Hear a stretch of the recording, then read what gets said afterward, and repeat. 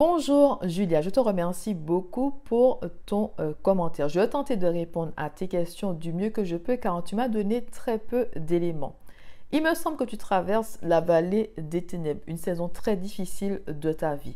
Et cette saison te pousse, ou devrait te pousser plutôt, devrait te pousser à te remettre en question, prendre de la hauteur sous la situation. Take a step back. Comment on dit ça? Prendre de la hauteur? Take a step back. Prendre du recul, voilà, prendre du recul. Pourquoi tu es là aujourd'hui? Qu'est-ce qui s'est passé dans ta vie pour que aujourd'hui tu sois dans cette situation? Parce que tu sais, la chute est lente, c'est pas une chute brutale. Les gens, quand ils se retrouvent dans ce genre de situation, c'est une suite de mauvaises décisions. Mais c'est-à-dire que tu ne vois pas tous les jours que tu prends de mauvaises décisions par manque de connaissances, de compréhension ou encore de sagesse. Ça nous arrive, ou ça arrive à beaucoup de personnes plutôt, de prendre des chemins qui ne sont pas pour eux et puis se retrouvent à un moment de leur vie et se posent des questions, mais comment j'ai fait pour en arriver là? Et en général, on se réveille quand notre joue touche la boue. Donc, quand nous sommes déjà dans la fosse, la vallée des ténèbres. Mais qu'est-ce qui se passe dans ma vie? Ensuite, je suis dans une période où je suis toute seule. Mais pourquoi tu es toute seule? Tu n'as pas d'amis d'enfance? Tu n'as pas de sœur? Tu n'as pas de cousine? Tu n'as pas de femme à qui te confier? Des femmes avec qui tu peux parler? Qu'est-ce qui s'est passé pour que tu sois toute seule aujourd'hui? Est-ce que le problème vient de toi? Tu ne sais pas te faire des amis et entretenir des relations saines? Est-ce que tu as déménagé et tu es dans une nouvelle ville ou dans un nouveau pays? Je ne sais pas. Bien sûr que tu n'as pas à répondre. C'est pour t'aider à faire une évaluation de la réalité. Tu as dit, j'ai démissionné de mon travail. Tu as démissionné pourquoi? On ne te donnait pas assez d'argent, les collègues étaient toxiques, le management aussi, tu te sentais mal dans cette compagnie-là, ou encore c'est une mauvaise orientation professionnelle, ce n'est pas le bon poste, ce n'est pas le bon secteur. Pourquoi? Et qu'est-ce que tu veux faire aujourd'hui? Qu'est-ce que tu veux aujourd'hui? On va dire ça, on change de travail et que ce n'est toujours pas ça, tu dois savoir aujourd'hui qu'est-ce que tu ne veux plus. Donc, si tu sais qu'est-ce que tu ne veux plus, qu'est-ce que tu veux aujourd'hui? Une suite de mauvaises expériences, oui, mais dans chaque entreprise, tu as appris quelque chose. Qu'est-ce que tu ne veux plus aujourd'hui? Qu'est-ce que tu veux maintenant? Ok? Tu veux plus travailler dans ce secteur-là, mais tu dois dire, ok, je veux plus travailler dans ce secteur-là, je veux plus travailler dans ce genre de compagnie-là, mais qu'est-ce que tu veux aujourd'hui? Donc, il faut se poser les bonnes questions. Prendre le temps de faire des recherches si nécessaire. Fais des recherches, ok? Qu'est-ce que tu veux aujourd'hui? À quoi tu aspires aujourd'hui? Ensuite, mon entourage ne me parle plus.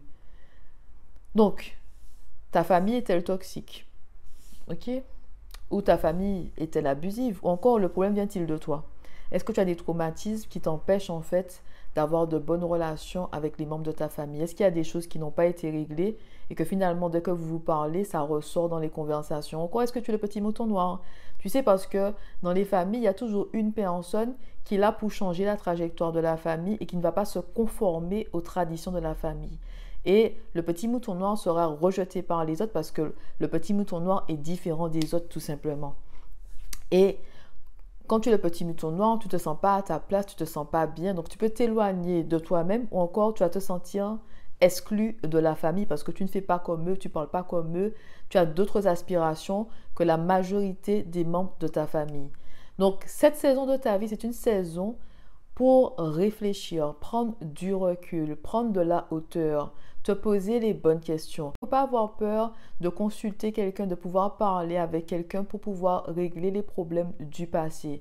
Est-ce que c'est une saison aussi pour que tu puisses passer plus de temps avec Dieu, regarder des sermons, vraiment en fait changer de niveau spirituel, avoir une meilleure compréhension de certains passages bibliques et peut-être trouver la raison pour laquelle tu as été créé dans la prière. Demander à Dieu, mais pourquoi tu m'as créé? Qu'est-ce que tu veux que je fasse? Ok? Les saisons comme ça, ce sont des saisons qui nous poussent dans la bonne direction parce que ça nous oblige à faire face aux difficultés, faire face à nos faiblesses, à faire face à ce qui ne va pas.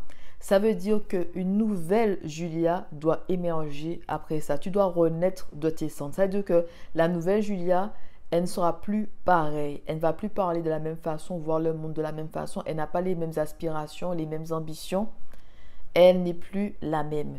C'est vrai que c'est une saison difficile, mais c'est une saison qui permet à Dieu de rediriger nos pas, de nous positionner sur le bon chemin. Des fois, de se rendre compte que on a fait beaucoup de choses seuls, on a pris des décisions par nous-mêmes, on n'a pas consulté Dieu, on s'est retrouvé dans une fosse. Et à ce moment-là, on se dit, on va faire les choses avec Dieu, on va se rapprocher de Dieu, on va chercher en fait vraiment le Seigneur, sa présence, on va attendre sur lui et pas prendre les choses en main. C'est-à-dire que oui, la foi est morte sans action, il faut faire des choses, mais tu vas laisser en fait le Seigneur te guider, tu vas lui faire confiance.